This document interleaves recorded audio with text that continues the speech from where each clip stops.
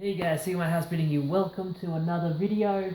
This time we're not doing pickups, even though I do have a little bit to show off. Nothing amazing. I mean, I got a couple of good games, spent a bit of money, but what we are really here to show is this stuff here. This is something I've not created a name for yet, but it will be an ongoing series. It is going to be what I do with the money I make from video games. So as you guys know, I buy video games both for myself and to sell on. And the games that I sell on usually just refund what I've spent on the games that I want to keep. But sometimes, especially if I find like a really good lot of stuff, I'll have money left over. So what I do is I buy stuff online. And I just usually I just integrate it with normal pickups. If I have a parcel to show, I'll show it at the beginning of the video. I'm going to make it its own separate thing. I'm going to wait until I have good little stacks of stuff to show, and then I'll start showing them. So, let's start showing. And this is stuff from... Some of this stuff goes all the way back to Bookfest, so... We're going to be here for a little bit while I figure out what is what. First up, Gran Turismo on PlayStation 1. We are starting it in an exciting manner. So I did not have this game on the PlayStation 1. I alphabetized all of my PlayStation 1 games to figure out what I have and don't have, because I want to get back into collecting PlayStation 1. And I did not have the first Gran Turismo, so I said it in a previous video. And someone in the comments said, hey, I have a copy of Gran Turismo. Would you be willing to send that copy of that Kirby game on the DS that doesn't have the game in it, just the case and the manual? If you'd be willing to send that to New Zealand, I'd send you this in return. And he did. So that's awesome. I don't remember your name, mate. I'm sorry. Shout out to him. If he's watching this video, leave your name in the comments. That'll be your shout out. But yeah, Gran Turismo. It only cost me $10 to ship that game. So I got that, and I have a also have a bunch of I have a PlayStation 1 game and trade for a case, that's what I'm saying. Alright, that's another trade. I actually have written down what I've paid for a lot of this stuff, so I can go through and actually tell you the prices. Some of this stuff gets pretty high, some of this stuff was pretty cheap. So first off, I'll show you this one first because this was one of the first ones to come. I got this just off of eBay. Someone put this up on a buy it now for... I think they wanted like $50 plus $8 shipping. I shot them an offer of $35. They shot me an offer back of $40. I accepted, and so for $48, I bought. Some of this stuff is expensive, man. Fragile Dreams, Farewell, Ruins of the Moon. Reading is not the forte today. This is a cool little game. I have actually I've actually sat down and already played and finished this. That's how long it's been. I'm going to turn on the light for my camera just so I know I'm filming. Shout out to that butt munch Ryan Smith for sending me a text while I was trying to do a video. Also, hope you enjoy your Bruce Lee set. I'll be sending that out later today. Alright, Fragile Dreams. Cost me like $48, $50. It was an okay game. It's one that's harder to find. It was at least about halfway through the Wii's lifespan, like 2009. And it's just one I've never ever seen, so I wanted to get a copy, and it's not a cheap game, unfortunately. No matter where you look, it's kind of expensive, and in Australia it's even more expensive, unfortunately. But I have a copy now. I played it. I finished it. It was pretty good. It was okay. It was kind of bad, actually. Story was good, but the gameplay is just a bit rough. It's a action RPG where you go around, like, you're basically going through corridors beating up enemies. Level design is pretty rough, but the story and characters are pretty cool. I won't spoil anything, but if you dig your different kind of games, your action RPGs, give this one a look. It's not the worst game in the world. It's one of those games, like, I wouldn't classify it as shovelware, but it's not great, but it's also not good. It's a solid 5, 6 out of 10. Alright, what was this one?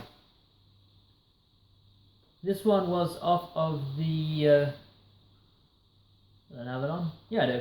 This one was off the Cash Converters website. This cost me 20 bucks. It was cheaper than what Computer Exchange and eBay was asking, so I thought I'd grab it. Lost Kingdoms on a Nintendo GameCube. This had a really rough case, but I cleaned it up, so now it looks okay. It's not perfect by any means, but it's good enough for my collection. A nice, honest copy, as 2D UK like to say. This is another RPG. I haven't put it in to play it yet, but I am still trying to beef up my GameCube collection. Just trying to get the good titles. You know, I want to get like Bat and Keiko, stuff like that. Chibi Robo, games like that. I'm slowly getting them. They're games that I'm going to get as I get PayPal money, and I would find a lot more, but I've had some unexpected expenditures come up, which sucks, but some stuff needs to get paid. Not like bills or anything, it's like different shit. Not the place to talk about that. Alright, Lost Kingdoms, not played it, so I don't know how it is. But 20 bucks, why not? This was another one that was pretty expensive, I think. No, this one wasn't expensive at all, actually. This is a shoot 'em up on the PlayStation 2. Got this off of eBay, it was 25 bucks. I had a $10 voucher, so it ended up being $15. Samurai Aces on the PlayStation 2. There are a lot of games released by this company here, 505 Game Street, that are just worth a lot of money right now. And, I mean, I think they're only going to go up, so I might as well get them now while they're the price they are, because otherwise it's going to be a situation like Panzer Dragoon and Saga where something like this is not super rare, it's uncommon, but a lot of people want it, so the price is always going to be high and it's just always going to go up. Unfortunately, so I thought I'd grab this while it was cheap, 15 bucks, to shoot 'em up. Put it in, played it, it's pretty good. Pretty much every shoot 'em up I play feels kind of the same for me on the PlayStation 2, but I like shoot 'em ups. This one was a good deal, because this is one I want to sit down and play. This was brand new and sealed for 23 bucks. DuckTales Remastered. Look at that, all brand new, all sealed, all loose in its case. Alright. This came like this, by the way, which sucks, and if I was buying it to keep a... Come on. If I was buying it to keep a brand new copy in my collection, I don't collect sealed games, but, you know, some people do, I would be upset, but I want to sit down and play this one, so, I'll pick it up later. Yeah, thankfully the disc isn't messed, but yeah, it's annoying because they packaged this pretty well. It was just how it was. I guess the people handling it did not handle it very well.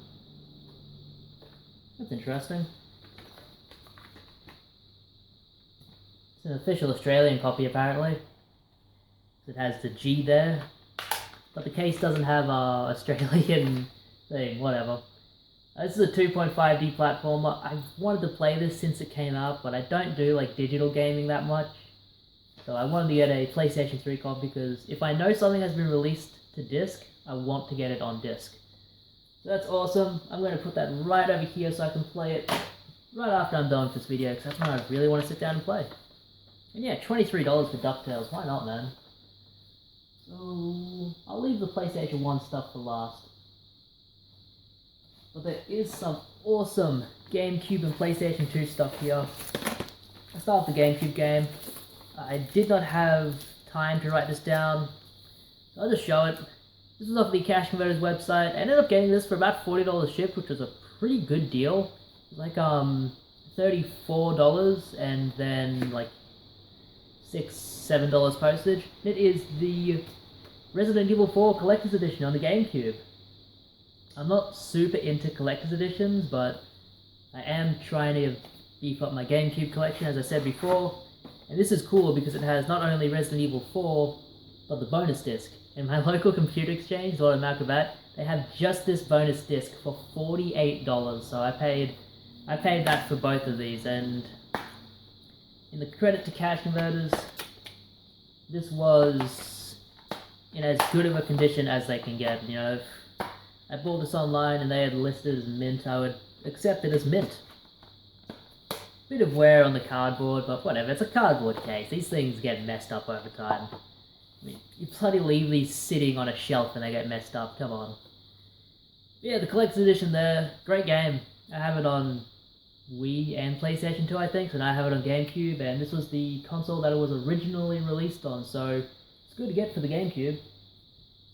Beefing up the collection there. I've never played it all the way through. I've gotten very far into it. Like, I've got into like a sea monster boss and just stopped there for whatever reason, but yeah, awesome game. This one, I don't have this one written down either, but this one was under 50 bucks. Ghost Vibration. This is another one of those games on PlayStation 2. Kind of uncommon, kind of hard to find, not one you see very often, and just people, horror fans want it on the PlayStation 2, so they buy it. This is as complete as it gets, and it is in as good of a condition as it could possibly get. It's not in English, this copy. I bought this off of a like Italian seller or something. There are a lot of Italian PlayStation 2 copies of games that are cheaper than other copies, and when I put this in my PlayStation 2, it plays in English, so I'd rather just get that because, I mean, it's the same game. Yeah, it's a first-person game. If you've ever played the arcade game of Luigi's Mansion, it's just like that. A lot of fun. This one here cost me $60 shipped, so not cheap, but absolutely one I've wanted. I've wanted this one for a long time. It's just a matter of getting the funds together and buying it. Echo Night Beyond on the PlayStation 2. Beefing up that horror collection. I want to get all of the horror games because I want to play all of the horror games. Echo Night Beyond is a From Software title, developed by them, released by Indie Games. Next one is the same as well. This is a really cool game. It's a sci-fi horror adventure sort of game. You're first person, you're wandering around a spaceship and you find ghosts every now and again and you talk to them and you kind of uncover the story of what's happening. I believe you're separated from your wife or your fiancé. And you have to find her and hope that she's also not a ghost. Oh, I guess they spoiled it on the cover. Yeah, once again, in as good of a shape as it could possibly be. It was awesome to get. You know, these games are, they're going to go up in price. They're expensive now, but I don't ever see them falling. If they do fall, cool. This one was the most expensive by far. This was $170. And it is Tight White's favorite game, the one he talks about the most. Juan! Yeah, Juan the... not the African dish, but the game. That's probably the worst joke I've ever told. But yeah, From Software once again. They're made by Indie Games. Let's get it out of this case. They sent in like this cool little protection sleeve, which is cool of them, but I don't really need it. This was an awesome one to get. Once again, the back is in a separate language, but I don't really care about that.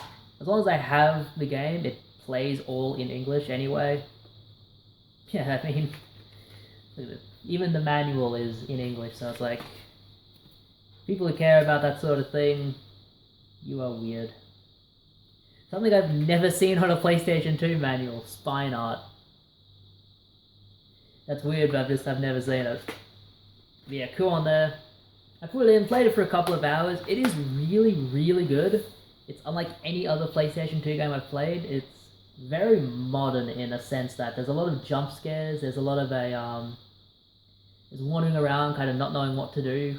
It's like stuff that I kind of attribute to modern horror games and bad design, but yeah, it would be a lot better if this game did tell you where to go in some way, but you're just kind of wandering around. I have to get like spikes and talismans to put into this one doorway, and I am making progress in it. I just need to figure out what I'm doing. I've had to look up a guide a couple of times while playing this, but I will probably be finishing this game and doing a mentioning it again in some video. But yeah, that was $170, and that's not even the most expensive one that I want to get.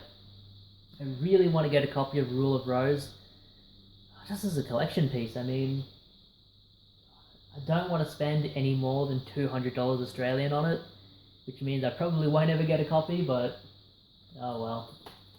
I'm not spending any more though. With all of these, it's like I'm not spending any more than I'm willing to pay on them.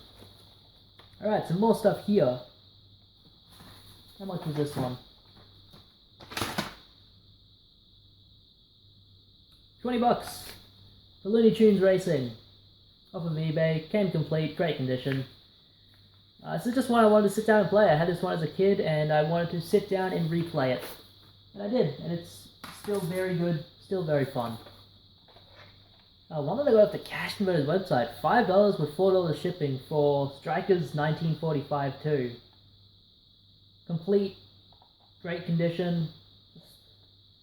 I don't know why nobody bought this off of the Cash Converters website. This is a great deal for an awesome shoot 'em up. I don't know. Caught some people slipping, I guess, but yeah, Strikers 1945, awesome game. Vampire Hunter D, this cost me $25 off of the Cash Converters website. This came up. Yeah, Vampire Hunter D, it's some white label, weird version, but I don't care as long as the game plays, and it does. I really like the anime, so I'm interested in playing the game. It seems to play a bit like Devil May Cry apparently, but before Devil May Cry came out, so I'm definitely looking forward to sinking some more time into that. This one was a bit more expensive as well. This one was $37. It's actually a pretty fair price on this. Let me try and get that sticker off. Like, I don't waste your people's... Like, I don't waste my viewers' valuable time enough. Nope, not coming off. Whatever, you can just see the overpriced Game Trader sticker. Kodelka on PlayStation 1. This is another RPG, but it's got like horror elements. It's set in Wales. Yeah, Wales in Great Britain. At the turn of the 19th century. I guess the turn of the 20th century, because the 20th century was 1900 to 1999. What was it?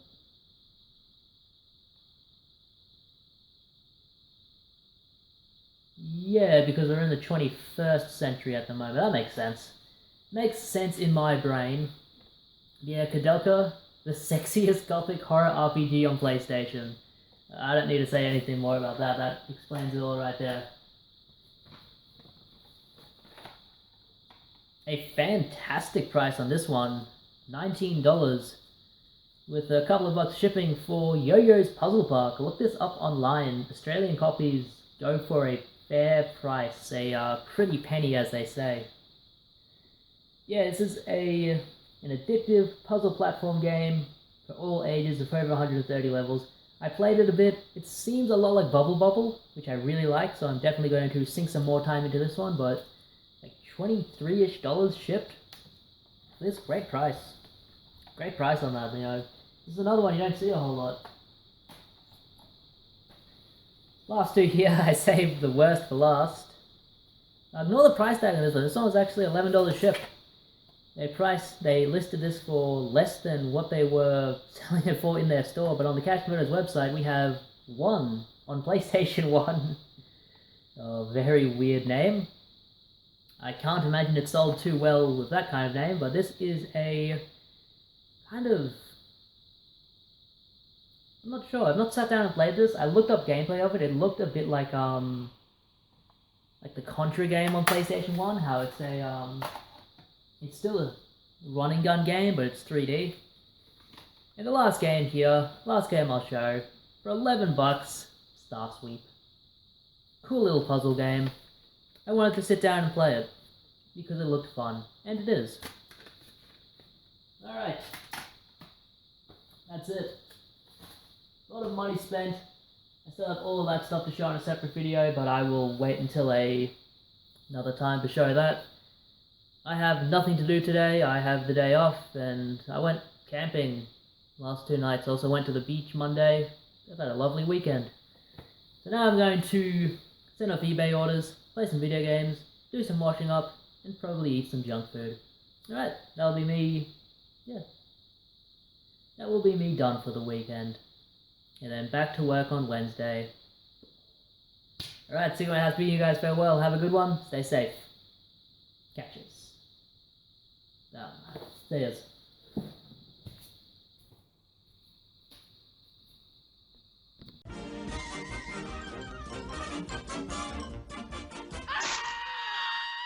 And that's all, folks.